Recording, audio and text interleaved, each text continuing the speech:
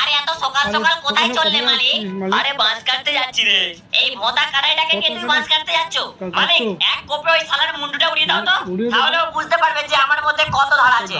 ওর কথা বাদ দে তো, আমার মনে হয় ওর ভেতরে জলের বদলে কেউ চুল্লু ভরে দিয়েছে, তাই ও চোখে দেখতে পাচ্ছে না। শালার চুল্লু খোর, শালা তোর বাপ চুল্লু কর রে। ওই চল চল, বাঁশ বাগানে চল, দেরি হয়ে যাচ্ছে। হ্যাঁ চলো চলো। চলো। এ খোকা, তোমার বাড়িতে কি পায়খানা টাইখানা নেই নাকি যে তুমি একদম বাঁশ বাগানে হাঁটতে চলে এসছো? কেন, আমার হাতে কি আছে তুই দেখতে পাচ্ছিস না? আরে আমি বাঁশ কাটতে যাচ্ছি রে। তা সকাল সকাল বাঁশ কেটে করবেটা কি শুনি?